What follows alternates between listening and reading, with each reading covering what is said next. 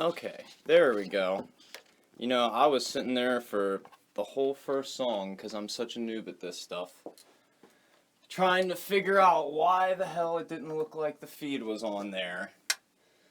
God damn me. So sorry I'm late, everybody. It's my fucking bad. I'm a piece of shit. So anyway, I tried to start this with showing you guys me posting the clip, make it official, but you know what? I'm just gonna have to go into it like I did. So a couple things before we get started here. Trying to remember everything I just said. I'm gonna be talking about the songs after they're done, kind of talking a little bit about what they're about. You know, to a certain extent, you know, because lyrics do have a meaning for every person. You know, everybody creates their own meaning and sentimentality with every song. So I believe in that, and I also wasn't there for some of these songs when they were written lyrically. Like, they're kind of personal to some people, and I don't feel like I could do that justice with explaining it as well as they could, because they couldn't be here. And like I just said when I started this, kind of a noob at this live chat stuff, put myself on the spot here doing it. But I tried to set up something where maybe we could all like be involved, like a Zoom thing. I don't know how to do all that. I did see some like buttons down there for like 4 panels, but I didn't know if that means like you can chat live or like how it's done. I don't know. I'll figure it out another time. Somebody wants to help me with social media one time or explain this shit to me. Kind of new to it. At least how it is now, you know. I like stopped using this stuff back when like Vine was like canceled. So, anyway, I'm going to have to put on my glasses to see your all's questions when you start asking, if you do. Thank you guys for being here with me. Without further ado, I'll get started because I thought I already was, and you know, it's just a shame everyone can't be here, but we'll do something in the future, for sure. Nikki's, like, out recording the Letterman's album. It's going to be sick. You guys should definitely look forward to that, because it's going to be pretty rad. Alright. I'm the Mountain.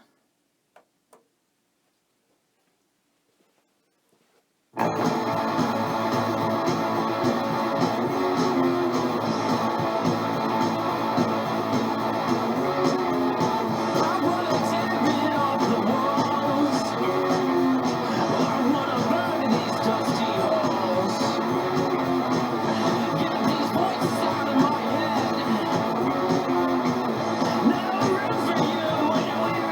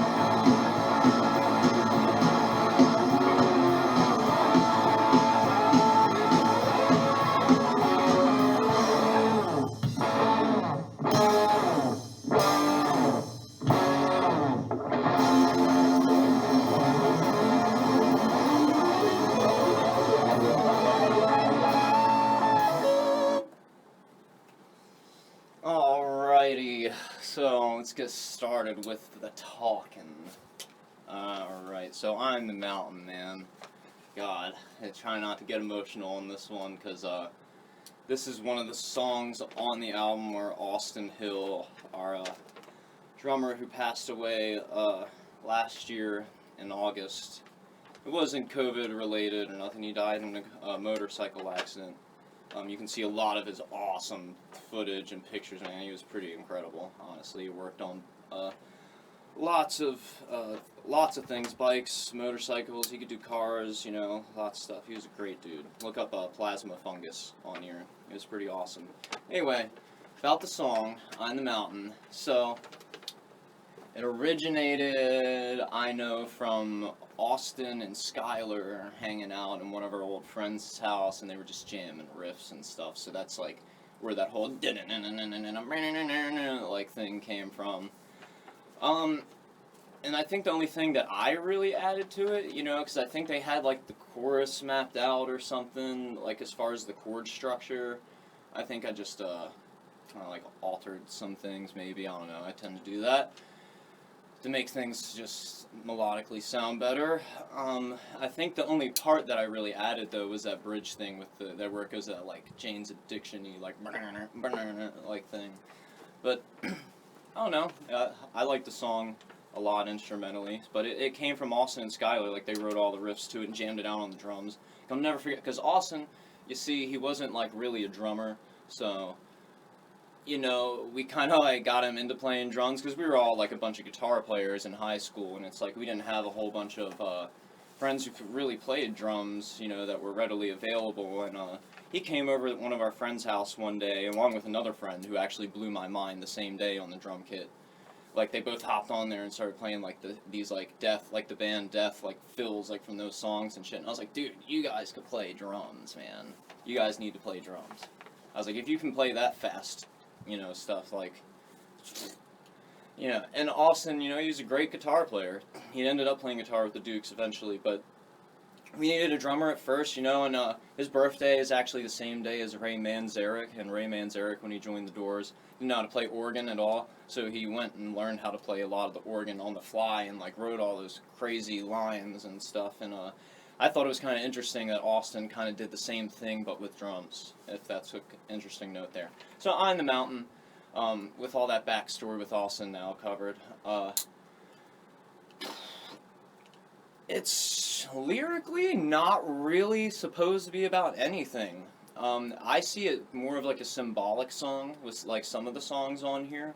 I mean, at least I don't know what was really going through people's head.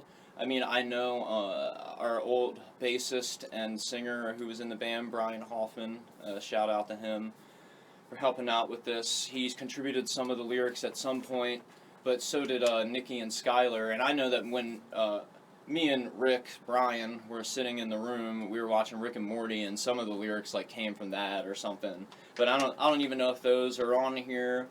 I just know that you know, they all kind of collaborated on the lyrics. So yeah, and on this song, Nikki plays drums, he plays bass, like, he plays drums and bass for the whole thing. Freaking Nikki nonsense, man, you know, does it all. Some of you guys might remember him, Don the Gonzo, too. He has a lot of solo stuff on Spotify. Check it out. So yeah, drums and bass, Nikki, you know, I play all the guitars, there's, me and Skylar and Nikki all singing on that one. It's I don't know, we try to layer it a lot. So, on to the next track, God Independence.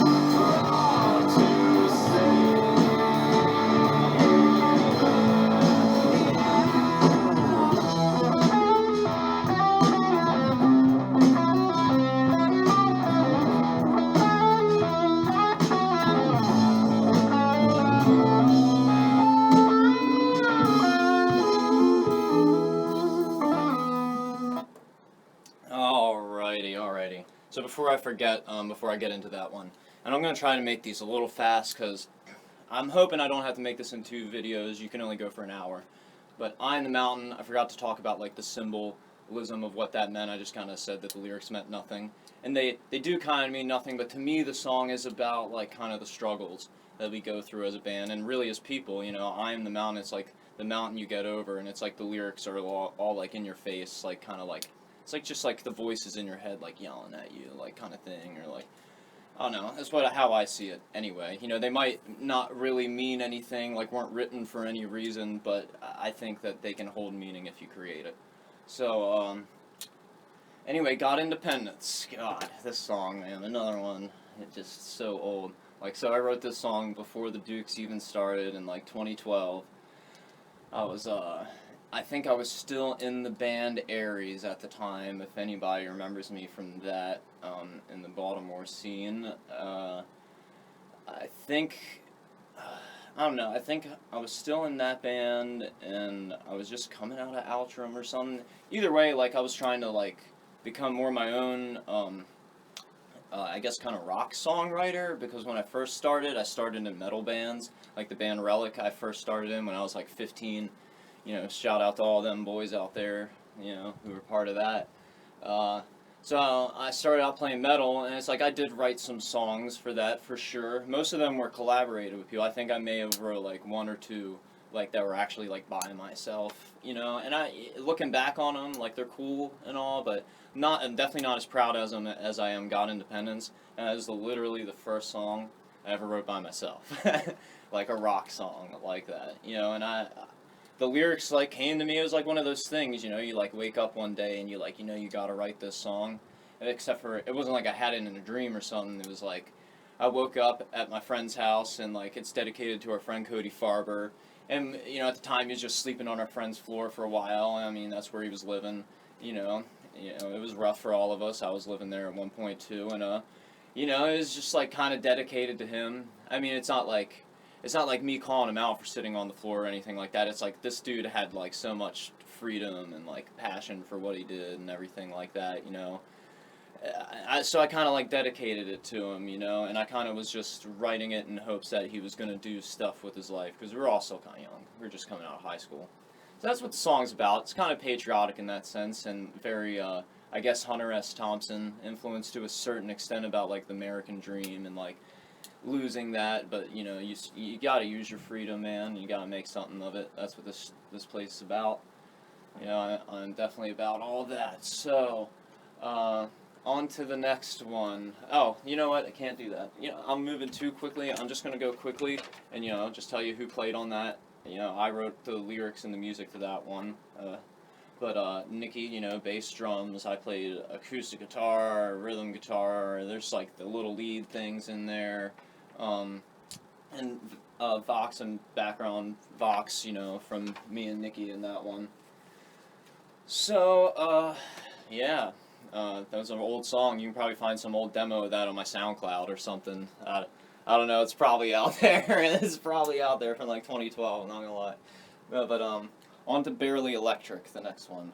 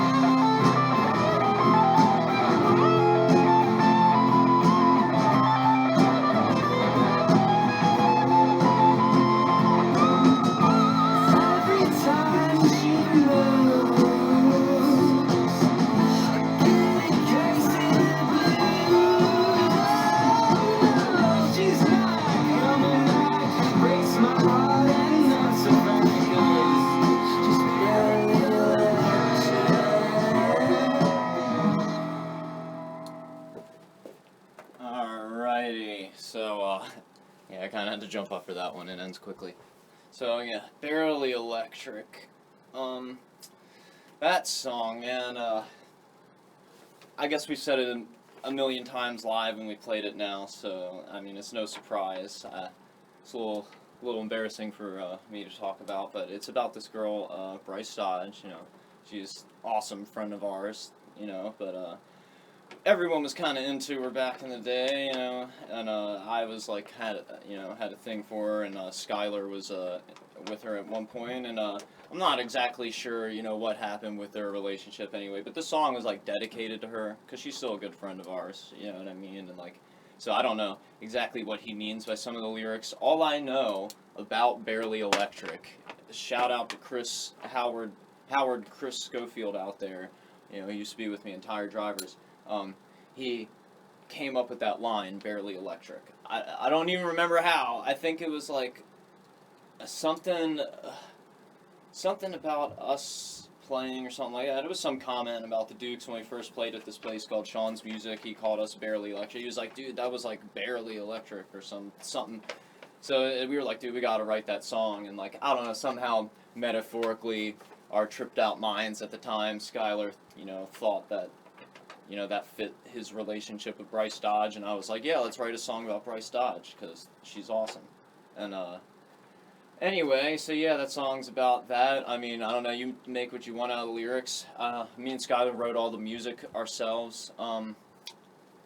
You know, we just kind of sat up. There was this night, and I'll probably talk about this in a couple songs here, where we sat up, and it was like after one of the first times that I ever was experienced. I think I'd just done mushrooms at the time, and I don't think I had ever taken LSD yet.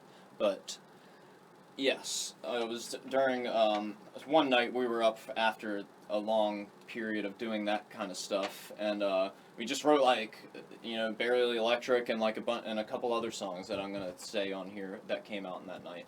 But yeah, it was just we came up with them riffs. For some reason, we thought the chorus at the time, because we just were like, let's throw random parts in there that don't like, they're like jagged and, you know, don't harmonically make sense or, you know, rhythmically really, or genre really either, you know what I mean? Like, I'm the Mountain, like, is an example, that funk part, you know, like, I still like it, but it's still like, you know, it just was a thing, and we were just like, yeah, let's freaking throw this breakdown in here.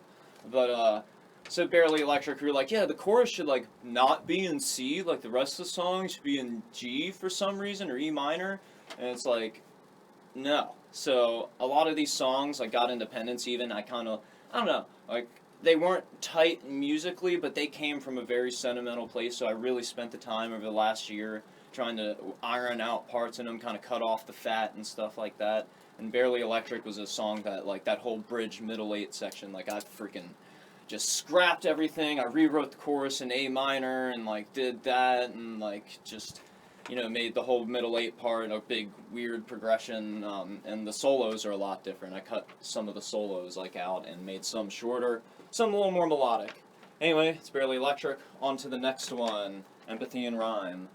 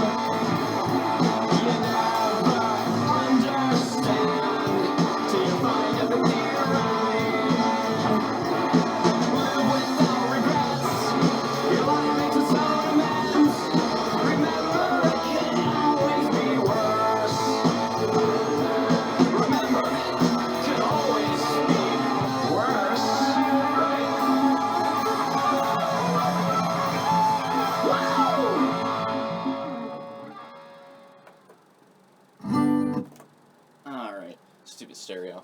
So yeah, I didn't even explain what I'm doing this on. So I just like burned the CD. It's the first time hearing it on CD on a stereo here. I've been listening to it with like headphones and on monitors and stuff. So it's been kind of interesting listening to this like on a blast in stereo. I hope it's not like overpowering. You know, anybody who's watching, just let me know. You know how it sounds. You know, let me know what you guys think in the comments. Ask questions. You know, feel free.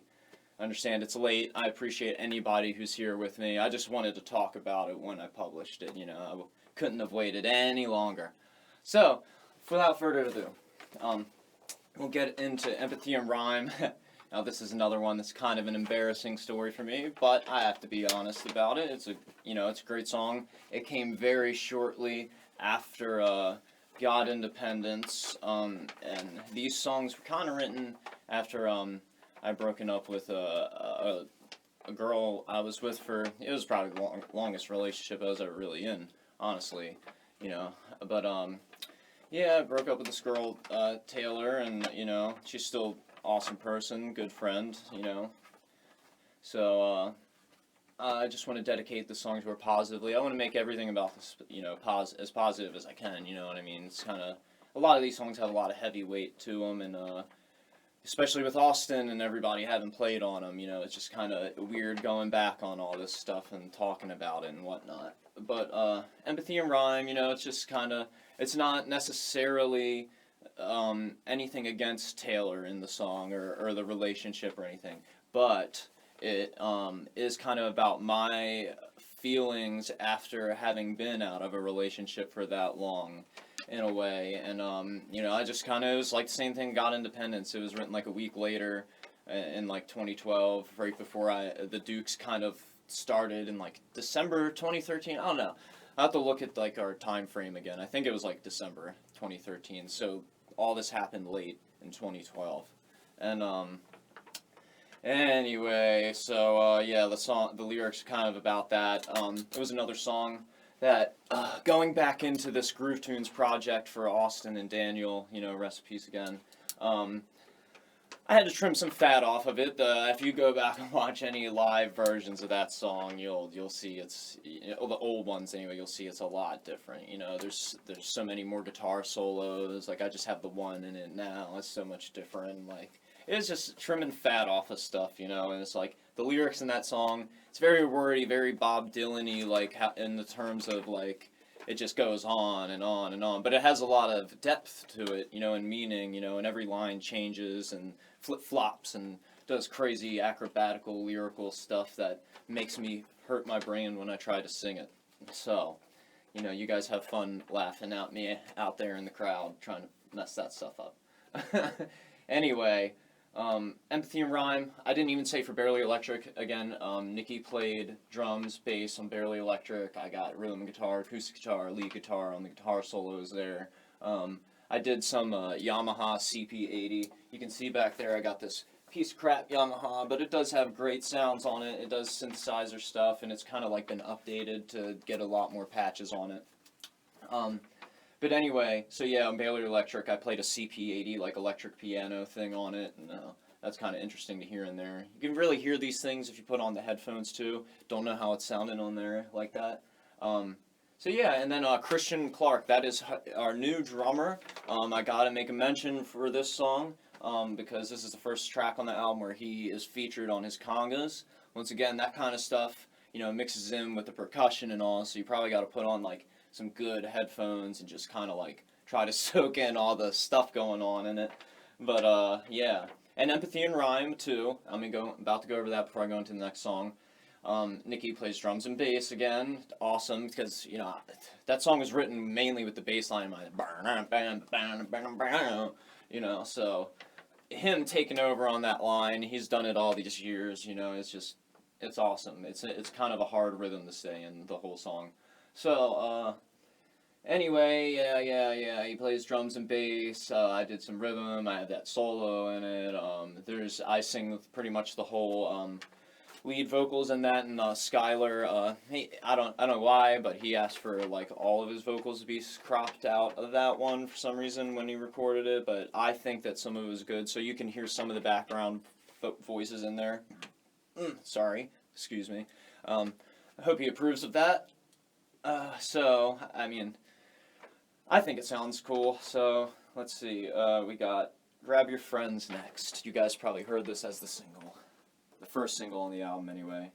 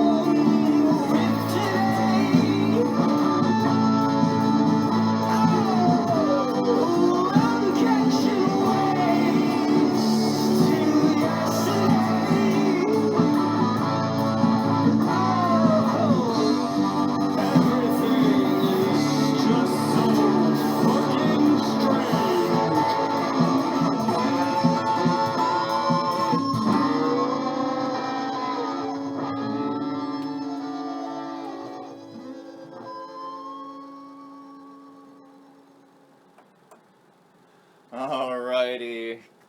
Grab your friends, man. Fuck.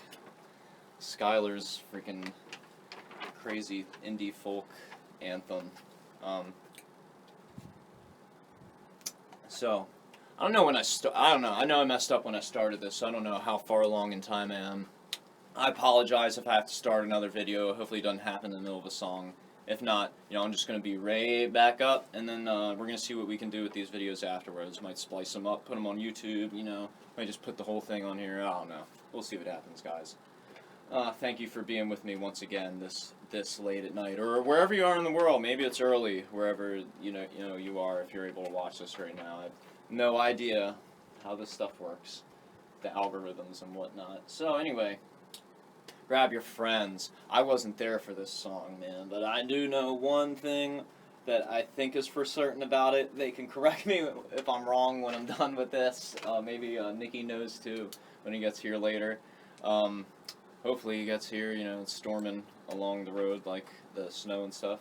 But I digress. Grab Your Friends is it was written, I think, on an acoustic guitar when Skylar was hanging out. One of our good friends, Megan JK, I think, out in like a McDonald's parking lot. I'm not even gonna lie. I think he just wrote the song on the fly and started singing it to her and like all the other friends that were hanging out with them at the time.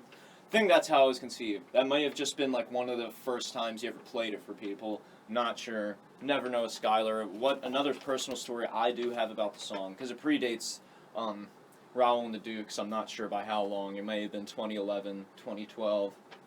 But I've seen Skylar used to play these indie acoustic folk shows like all by himself and stuff like that, do like covers, and like he did a couple originals, and one of the ones that everyone fucking sang along to all the time with was Grab Your Friends, you know. It was just always known in our friend circle, you know, in Maryland. We all grew up in like with the same high schools and same counties on the eastern shore of Maryland and stuff. Pretty much where most of us are from. Got a lot more people involved now. But anyway, yeah, so that song, you know, just dedicated to Austin Hill and Daniel Ward, you know, rest in peace again. You know, the song to me just represents holding your friends close, obviously, you know, like it's important to you know, appreciate your loved ones in this life and the people who stick by you and everything like that. And a lot of people who've been involved with the Dukes, you know, we may have gone our separate ways in life and kind of grown up and done different things, but like a lot of people who are around us really did mean a lot to us, and they still do, and I hope they know that out there. So song's got a lot of love in it, and you know, I'm glad that we brought it back from Skylar. The only thing I really added to that song, I think, was I helped tighten up the like that whole like Zeppelin-y like bridge thing, and I got that like awesome George Harrison slide thing in it that I like now. But fucking anyway, so Nikki drums, bass, God bless his soul, because the freaking thing is in like, I mean 3/4, 6/8, however you want to look at it. You know, it's a waltz time signature, and you know we're pretty much 4/4 band most of the time. I've written some odd stuff, but you know we have yet to explore that territory much, and a waltz isn't that odd, but for a whole song, and it has like the like the changes and stuff. It's like crazy how that how it works out, you know. And you know he's just like, man, that song is one of the most challenging, and I agree. So he plays drums, bass, rhythm guitar. I have acoustic guitar on that song. I have that slide freaking lead guitar on there, which I did with a ceramic slide. If anybody wants to know, for nerds out there, like me. Keys, I did some freaking organ on there, used like a jazz organ setting on there. You know, Skylar sings most of the lead vocals there. Me and Nikki, we do a lot. We layered, I think Skylar actually layered in another background with us too. Let me know if you can hear that, you know, you put headphones on. So, also, yeah, so that was that. And we're going to be on to Hand in Your Eye.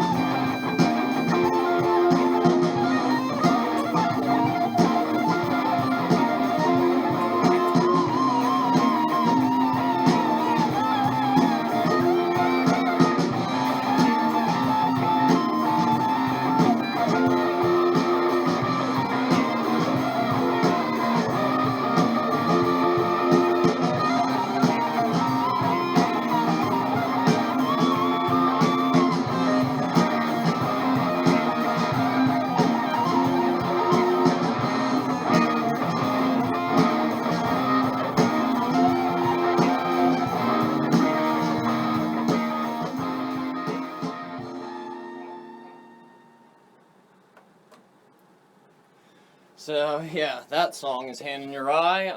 It's our little funk jam. It was the first song that we ever really had as the Dukes. Raul and the Dukes. This is a good time to tell this story about the origin. So Sean's Music was this store in Easton Music. It was like kind of changing locations at the time. And I think right before it changed locations or something, Skylar was actually working for Sean, who ran Sean's Music, or something. They just started open mics. I wasn't there for this. So apparently they had planned on, Nikki and Skylar had planned on starting Raul and the Dukes, and then they both went to this open mic, signed up separately, weren't planning on using the name, but by the time that they were called up to go on, people were just like, you're both going on, you're both doing the Dukes, so they just like kind of got suckered into it, and that was the very first Dukes conception.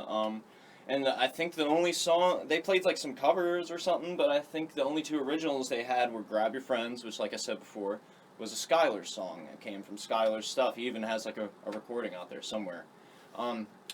But yeah, Hand in Your Eye. It's kind of like just this funk rap Chili Peppers thing, and I just came in. Skylar was on guitar and singing, playing stuff. He can play guitar. He's good. He just, he prefers not to with us. It's all right. Maybe we'll get him on someday again. But yeah, he started playing guitar. I actually came in on bass because I was playing with this band Altrum right before I joined the Dukes, and yeah, that's got me started on bass. So like I heard what they were doing, and they're my friends, and I was like, dang, like I could play some of that funky stuff, like that'd be fun. And so I hopped on Hand in Your Eye, and later, we got and played another open mic like 3 weeks later maybe, after we played as a three-piece with Nikki on drums. He's done everything for us. Anyway, Hand in Your Eye, man. The lyrics just in your face. It has a very gonzo representation, symbolism to me, because the symbol's like the double thumb fist thing. It's got like the peyote cactus, and sometimes put an eye in it and stuff like that. And I just think it's kind of represents in that sense, but also like I don't really know what Hand in Your Eye is supposed to mean. I don't think freaking Skylar knows what it means. I don't think Nikki really knows what it means. I mean, I just think it's one of those things like Eye in the Mountain. Just kind of put it in there and it's in your face. Hand in Your Eye, I think it's kind of to all the haters out there, that sort of thing. And I generally don't try to be very negative with music anymore, but when it comes to critics and stuff like that, people trying to get you down for what you want to do, your creativity and stuff like that. You gotta live your life, do what you want to do, for real. Like, don't let anybody put you down. And I mean, accept constructive criticism too, that helped me a lot over the years. I started going to college and studied jazz, guitar and stuff, didn't know what I was doing for a long time. And a lot of that constructive criticism helped. And, look up to your idols, watch stuff. Anyway, Hand in Your Eye, Shred Fest, you hear that blah, in there. I freaking, got Nikki on drums, bass, I play the rhythm guitar again, I play all the guitars, that already. I did some clavinet, like Stevie Wonder, like keys in there, so that stuff's fun. That was so fun to do.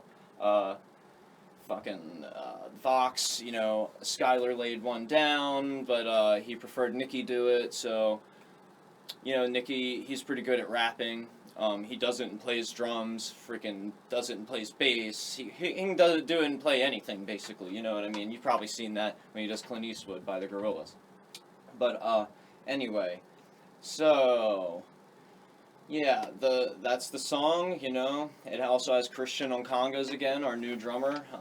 We wanted an explanation on this. We wanted Nikki to get the closest he could on the album to playing Austin's drums, because we were there and we knew what it sounded like, and I felt like Nikki was the most capable, having just had experience playing punk drums with the Lettermans. So yeah, that's kind of a history behind why Nikki's playing drums on the album, and we didn't just get Christian Clark, our new drummer, or somebody else to be on it, you know what I mean? We could have had anybody that we wanted to be on it, but Nikki wanted to do it because he's capable, and I think he did very well for doing anything that Austin or Daniel might have done. So, whoever's heart reacting like that, you're awesome. Thanks for joining so late. I started this thing kind of late. I suck at social media once again. I just wanted to talk about the album. Couldn't hold on to it. And without further ado, we're gonna move on to the next song, Sludge.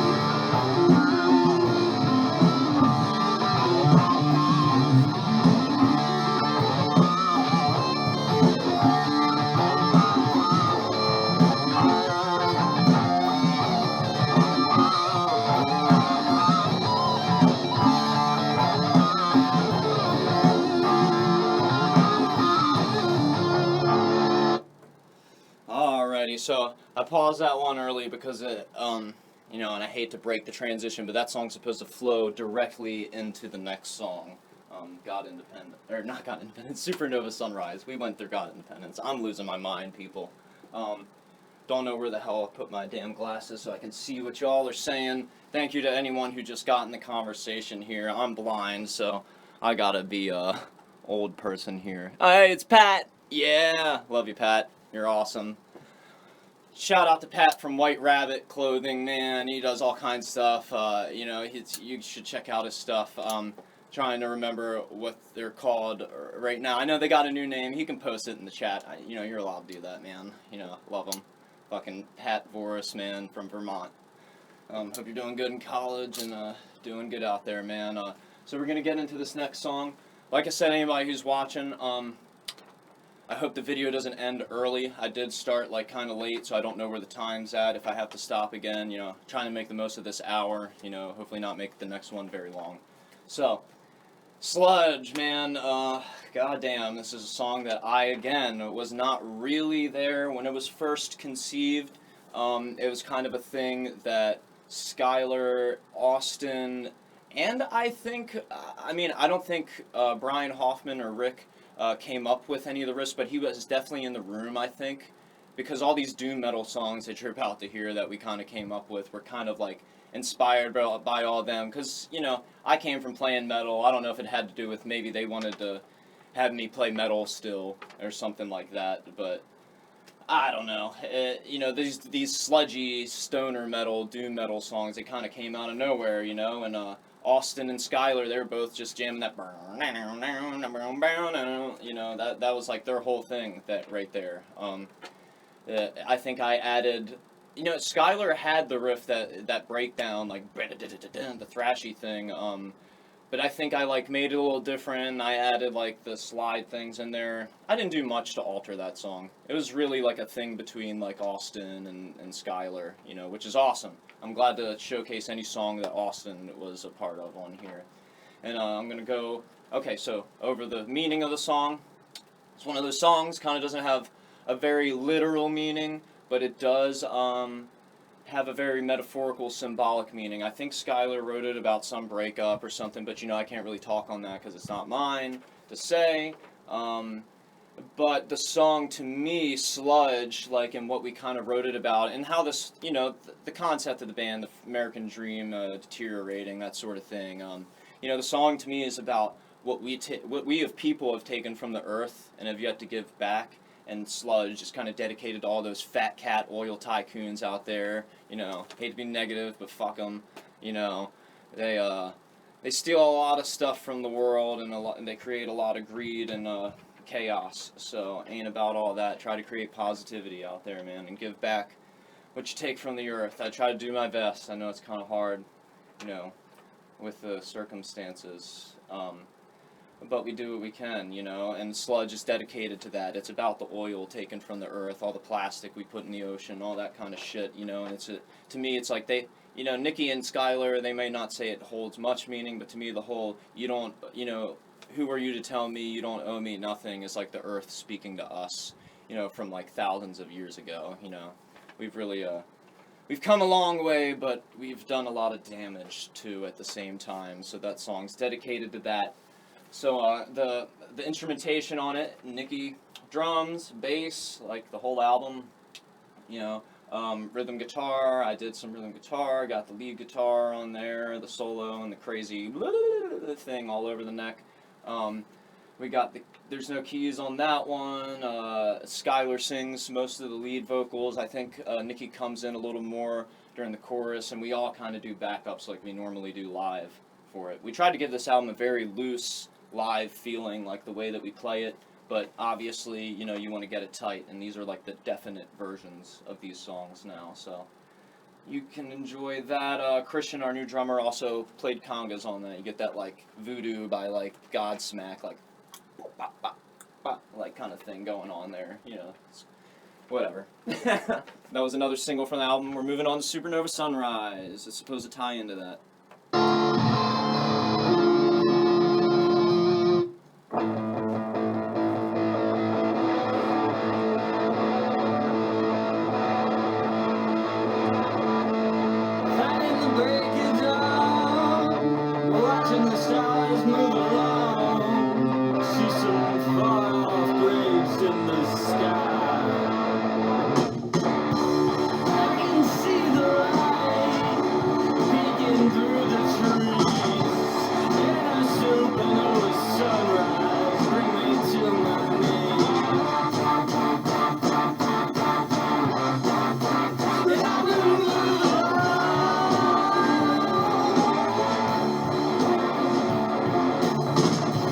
I can feel the heat coming. It's a break.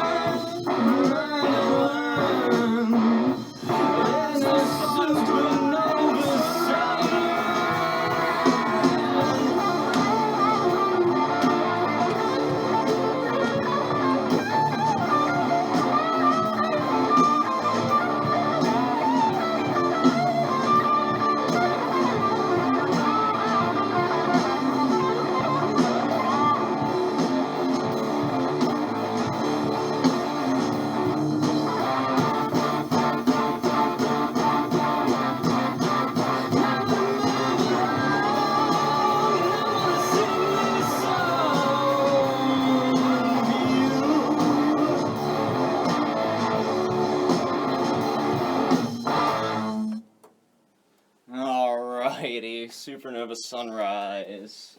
Ladies and gentlemen, let me check the room here with my wonderful broken ass glasses. So we got Pat in here, man. Yeah, White Rabbit, a W Rabbit shop. So it's rabbit, like you're like rapping, but like wrapping paper, but rabbit, which is cool. Like I like the shortening. What is that word? I'm dumb right now. I've been up all day. You know, it's like you're shortening it to make it more catchy. All right, have a good night, Pat. It was nice to have you on here. Once again, don't know how long I got left on here, but we're going to go into that song, Supernova Sunrise. So it was one of the 3 songs that me and Skylar and Nikki, we stayed up all night. I think Nikki passed out at some point during the night. But Skylar and I, we were like kind of buzzing off of like the energy we had going. We'd just taken like psychedelics for one of the first times like recently, and so that song really is dedicated to that, without a doubt. Like, I mean, Skylar used to go on stage and be like, this song came to me in a dream from Chris Cornell and stuff like that. So it's definitely like about having a eye-opening experience, you know, stuff like that, you know. That's pretty much all I can say, you know, because it's just about like the stars colliding, and that just kind of sounds like hallucinations, stuff like that. But I mean, it's also kind of just a very motivating song at the same time. You know, you got lyrics like I'm gonna move along and stuff like that going on in there. So just about trying to take on the waves, man. And that song, you know, once again, it was like the first of this like doom metal trilogy that came out, even though it's second in the order. It just came out of nowhere, and we just were like, we're gonna write like some Sabbathy, Soundgarden-y like stuff out of in just the blue, which I was kind of getting into that kind of stuff at the time, you know, a little more than the old school metal that I was becoming a part of. This band opened me to so many more opportunities with playing and writing different songs and opening my mind to different things. So I have to thank it for that. So yeah, that's what the song's about. Me and Skylar wrote the music, and I think Nikki did contribute a couple things to like the bass line and stuff like that, but I'm not sure exactly what. You know, I'm not here to speak on what the intricacies everyone did if I wasn't there, you know, to talk about it. So yeah, that song hasn't changed much over the years. Pretty much the same way we've always played it. We got Nikki on bass, drums again. Play some rhythm guitar, got that crazy solo. I sing some of the leads, Skylar sings some of the leads on it. It's kind of like split up.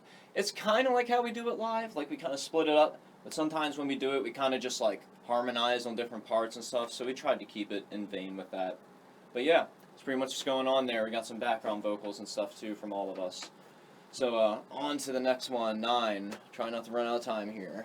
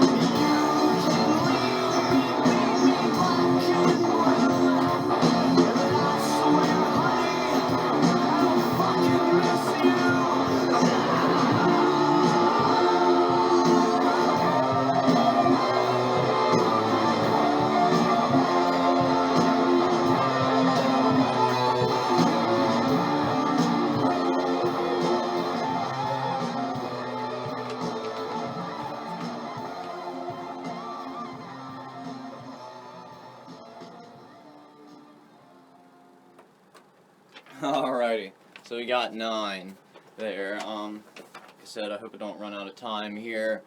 I feel like I'm probably reaching the end. Sorry for everyone who doesn't want to look up my nostrils here. Wish it told you how long it's on, because I know that I only got an hour, but we got it at 1:15. I probably did start around then. So maybe I should end it right now, and I'll come back with another video so we can make sure that we get these last 3 songs in there, and I can talk about 9. So I will see you in another chat. Thank you, everybody.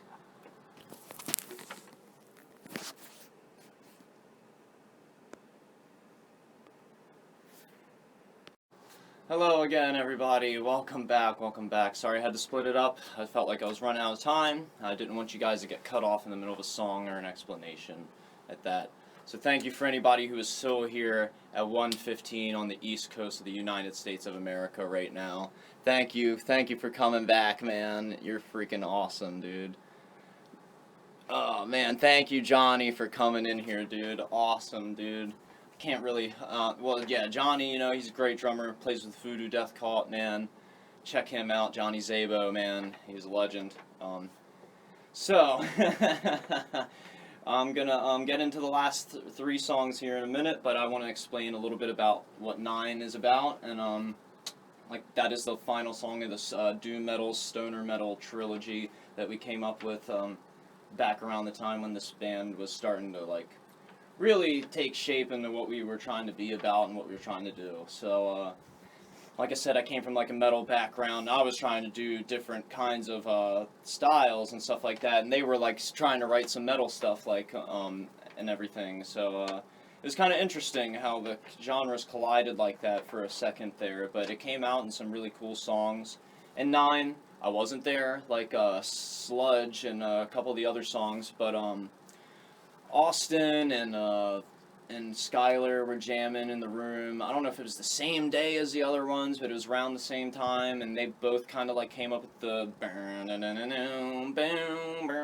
thing in there, and I think I added the breakdown part, the the little like, I don't know, sounds like some new metal stuff, but I don't know, I think it's pretty cool. 9, it's a trippy song. It doesn't really have a lot of like literal meaning to the lyrics, but it does have a lot of symbolic meaning to it, like Eye in the Mountain and Sludge, Hand in Your Eye, those kinds of songs that we have that I talked about. Kind of has more of like symbolism in it, because I think it was written during another breakup Skylar had. Like I said, not going to talk about that too much to death because I don't know who it was about, what it's about, and I don't think he really remembers, but because it was so long ago. But the lyrics to me, 9, you know, I don't know if anybody's into that sort of like numerology sort of thing or anything. I mean, I'm not that huge into it. I just, you know a little bit of it. 9 to me is a number that always kind of like symbolize like the end, or like doomsday, like the end of the world kind of thing. So the lyrics to me, like, even though they're kind of like aimed at like a, you know, like someone you just broke up with, like you're trying to get back at them or something like that, to me it is kind of like, has a lot of aggression, you know, and it just feels like an apocalyptic, like doomy song. So 9, I think the title represents it in that sense, even though it doesn't come up in the lyrics. So without further ado, got Nikki on drums again, on bass, you know, like the whole album. You know, I play rhythm guitar, got a lead guitar on it, you know, with the solo. You know, I added some crazy keys. I know you probably have to put on headphones to really hear a lot of this stuff, because it's just stuff that's supposed to like mesh in with the mix. I sang the lead vocals on it, even though Skylar wrote the song with his lead vocals in mind. So, no backups on that. You know, we did get Christian, our new drummer, on congas, man. He learned all these songs on the fly, too. Let me give him props for that. Like, he showed up in the studio. We had practice that day. Sorry. Patient Zero wanted to record that day as well. So, we got him in on it, and he didn't have to do it, man. Me and Nikki were gonna lay it down, but you know, he's our drummer, and he didn't get to be on the kit tracks like we would have loved him to, but you know, he did end up on the auxiliary percussion. So we're gonna move on to the next song, Down.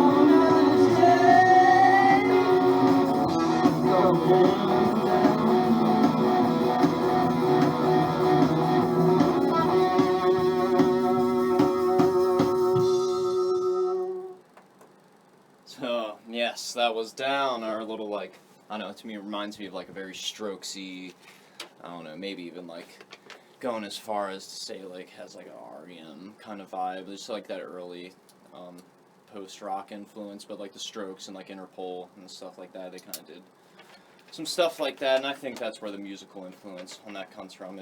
I mean, it's a song, again, it's a Skylar song. He wrote the lyrics and the music pretty much all by himself. I arranged like how the chorus transitions. I may have came up with the E flat minor to B flat minor progression in it. Not really sure. Maybe I just added the end of the chorus. I don't know. Either way, both of him kind of collaborated on it, but he mainly did the lyrics and the music on it. So Down.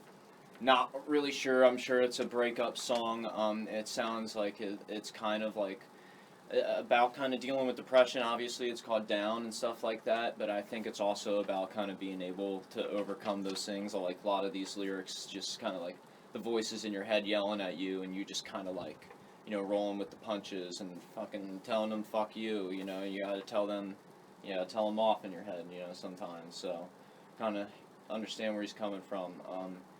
Down. That solo on it is pretty crazy. The drums, and you got Nikki on bass and drums, and I got rhythm guitars on it. There's the solo. I did this crazy like pad key thing. Also got this little like boop boop boop boop thing going on in there. I don't know if anybody can hear that in there. So excuse my onomatopoeias here. Skylar and I kind of took dual leads on it in a sense, and then Nikki and I and Skylar kind of contributed to backgrounds that are going on in the song. But yeah, that's pretty much it. That's all that's going on in Down. So I'm going to move on to the next one, Red Light Love Song. Thank you everybody who's in here. Dang! It ain't that late over there, huh? Thanks for letting me know, Johnny. I'm not good at the time zone maths. This one's called Red Light Love Song.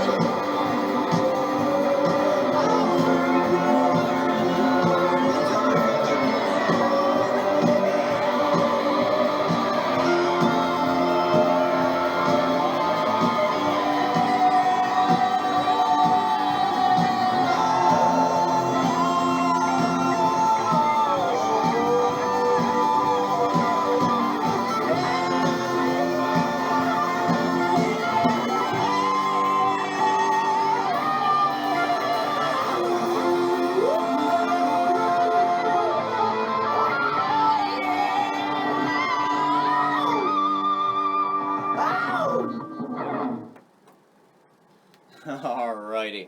Red Light Love Song, everybody. That was the last song with vocals on the album. So about this song a little bit. Let's see. Alrighty. So, the song, I can't really talk specifically on what it's about. Again, like, because I know that it was written around a lot of this breakup period going on in Skylar's life, you know. So, I'm sure the lyrics have something to do with that. The song feels a little more, you know, heartfelt in the sense, so I don't know exactly who it was written for again and whatnot. I think I have an idea, but, you know, I'm not going to speak on that. But this song, to me, Skylar didn't really want to keep it in the band. Like, I don't know why, after he came back, but it was always one of my favorite songs that he ever wrote. And, like, when he showed it to me, I was like, you know, I had such a simple idea to it, and I was like, whoa, like, I can see, like, with the lyric and the flow of it at the time, like, I could kind of visualize where it was going. It didn't have all the parts in it where it all stops and comes back when we first did it. I don't even remember how it played, but like I said, in previous songs when I was doing this in the last live stream, a lot of these songs I kind of spent the last year ironing out, kind of trimming the fat off of them from the way we used to play them live, and kind of adding things that sounded better, more in key and stuff like that. The Red Light Love Song, the funny thing about that is I've been working on this song fucking, and here's a little story here, since I left, the Dukes kind of split up in 2014. We played our last show where we were going to start recording Groovetunes that you're hearing today as a two-part thing, and the first one was going to be a four or five song EP. Next one was going to be the full-length album. We had a lot more songs planned and stuff. You know, some didn't make it, some are, you know, still in the works. You know, you have to look forward to that.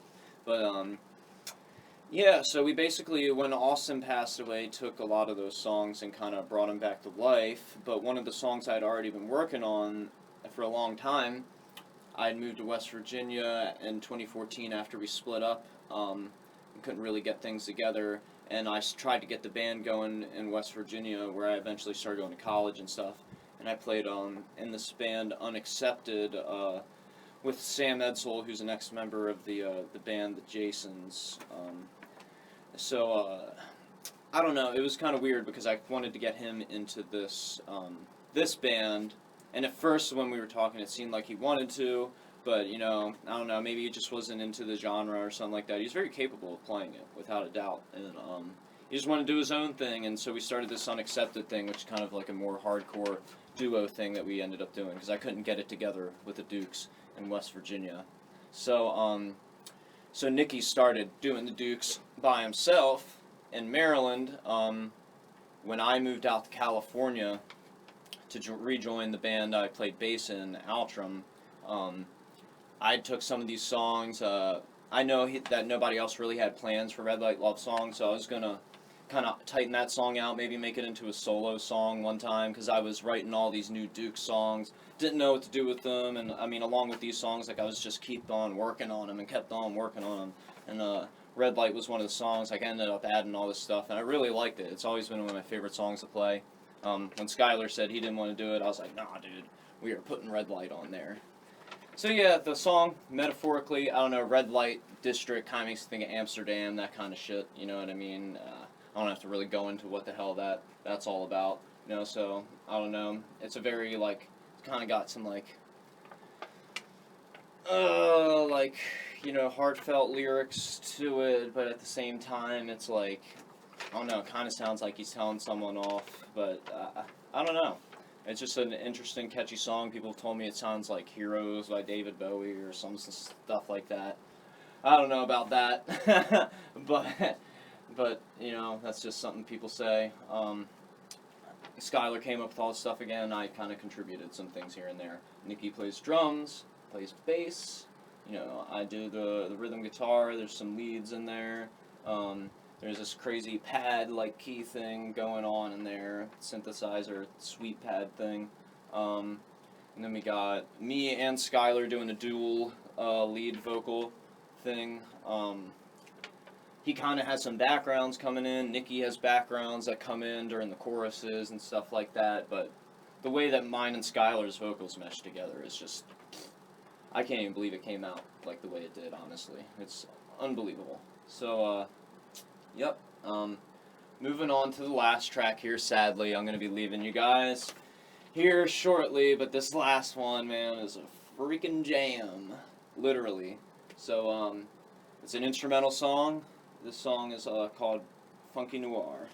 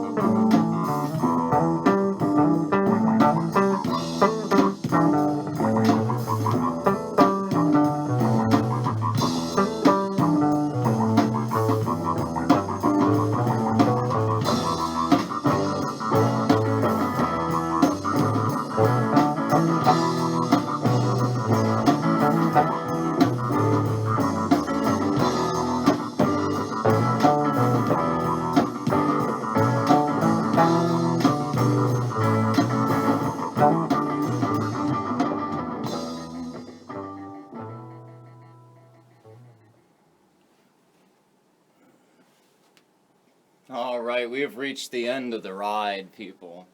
You bought the ticket, you took the friggin' ride. So, a little bit about this last one before we get off here. Get off. We'd all like to get off, wouldn't we? So, Funky Noir, just this instrumental jam, this, Kid Isaac, you know, he's the same age as all of us. So, him and Nikki, went to Boy Scouts when they were younger, and I think that's how they met, because he was in another county from us in Maryland. So they knew each other, like, most of their life. And, dude, this kid could rip and freaking jazz band on the freaking saxophone. I feel like he may have played other instruments. He can correct me if I'm wrong, but, dude can rip on the saxophone. I gotta give him props for that. He hasn't played in freaking years, and we asked him to come do this because of Austin and stuff. We were all, best friends and everything, and, we just had to get him on the freaking album, man, and I think it adds such a nice texture to it, for real. And, yeah, dude could rip on some jazz sax, man, for real. He's into, like, some Pink Floyd stuff, too. Isaac Mclaughlin, everybody, on sax on that. So he came into the band. They didn't really have anything prepared, and Austin and, I don't know if Daniel was in the band yet, but I know that he jammed on the song at some point. I know he didn't write the song, but I don't know, they can correct me if I'm wrong, if he was there or not when they first played this. But, let me think. I think, Dominic, or Nikki, came up with the bound thing first, and then Austin, he can just come up with drums parts, like, on the fly, man. He was amazing. Rest in peace. Again, love the dude. He was just such an incredible influence on the way that we came up with some of the way the parts sound and whatnot. So yeah, they came up with the drum part on the fly, and then Isaac just was, like, immediately, like, went right into it, like, doing some crazy, modal E minor, like, stuff, you know what I mean? It's just crazy. You can listen to some earlier versions of that. It came out a lot different. I'll go into a little bit of the instrumentation of how we got it going on now, because it's the most ridiculous song on the album, in my opinion, as far as instrumentation. And the drums, we got both electronic synth drums going in that one, which we mapped out through the whole song. And our producer, want to thank him so much, Patient Zero, man, Voodoo Death Cult. He's been in other bands, Generation Empty, other things, and I just want to thank him for taking the time to do this with us, and going through the process. It's been a rough time during COVID, and he's been through a lot, we've been through a lot, we lost Austin through this, and that's the whole reason we're doing it. We promised we would try to get it out on his birthday, but, stuff comes up, and that's just how it goes, and I can't thank him enough for making these songs sound as good as they do, and I hope, he can see that as well. I hope everyone does, because I like these versions of the songs. I know everyone's going to take their time to listen to it and review it and whatnot, for themselves, but I don't know, that's pretty much it. We got them synth drums that Patient Zero spliced in there, so freaking awesome. Nikki mapped it out on GarageBand first, sent it over, and then we got freaking real kit drums that Nikki played. He plays the bass. He has a double layer bass solo at the end there, and I just think it sounds pretty awesome, very funky.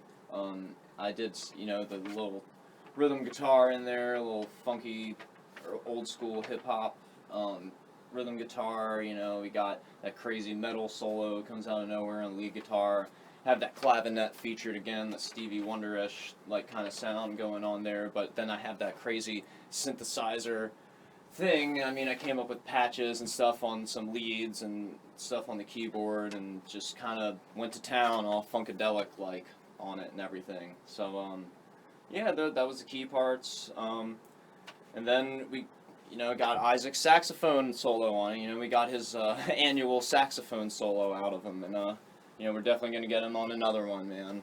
Don't you worry, Isaac. You're going to be on it. You're definitely all the honorary members of the Dukes. I'll just conclude this by thanking everybody who's been here with us, all of this time. What time I got there? It's almost 2 a.m. here on the East Coast. So everybody who's been with us on this chat at any point in time, You guys are fucking awesome. I love all of our fans, man, all of the people I've met throughout playing music. You know, you guys really changed my life. Music's taken me places never would imagine. Never would imagine that I would be still playing these songs, you know, from 2013 almost. Some of them, you know, were written in 2013 all the way till now. So that's pretty incredible to me. And we're all doing it for the right cause. Shout out to Austin Hill again. Plasma Fungus, look him up. He has wild motorcycle, bicycle videos. Waniel Dard, he's on here. Our other deceased drummer, Daniel Ward. He was involved in like Funky Noir in the lineup with Isaac when they started coming back around and stuff. They you know, didn't last long, but you know, definitely worth mentioning because they were awesome. And Daniel was a best friend of ours. You know, it's sad to talk about all this stuff in this light, but I'm trying to be positive about it. And shout out to Nicky Nonsense. Hope he gets back here at some point. And, you know, the Lettermans are doing all right on the road back from Atlanta, Georgia. And shout out to Skylar Gannon in Kalamazoo, Michigan, and him and his family. They're awesome. They've been, you know, friends of mine since I was very little in, like, 5th grade. And, you know, he's awesome for putting up with our shit on this album and us putting up with his shit on this album. And, you know, we kind of put it all together, and it was very emotional at times, you know, so it came out as, I hope it came out as good as it could, you know, I hope they can appreciate that. And a good shout out to Christian Clark, our new drummer, and you know, I know nobody's probably freaking awake over here right now. Shout out to Holy T-Shirt. He's an awesome freaking bass player, multi-instrumentalist. He's a very new member to the band. I can't wait to show you guys our show, Charleston, South Carolina, March 20th. Playing for Geared 4 Productions, Rick Burek out there. Shout out to him. Thanks for everything he does for all the bands over here on the East Coast and further west. Shout out to Bubba Harton. He's another honorary member, keyboard and vocalist. He played with us before. You know, we did a band with him, Nothing Special. Hopefully that album comes out soon. It was a thing we did during COVID. So yeah, Bubba Harton, he's awesome. Kind of worked with, he knows the Temptations a little bit, like actually knows Otis Williams from the Temptations, and that's fucking rad. So, he worked with a lot of other people, like Cisco and stuff like that. So yeah, that's him. He's pretty cool. Damn, just trying to make sure I don't fucking forget anybody out there, you know. Shout out to Ronan James at AstroMonster Records. You know, he's awesome for having all these bands here, man. We've been live here at AstroMonster Records. I'm going to say sayonara to you guys. Good night. Thanks for sticking with me. You can catch Groovetunes, RowlandTheDukes.bandcamp.com. I'll probably post these videos in a second. Thank you, everybody. Good night. Love y'all.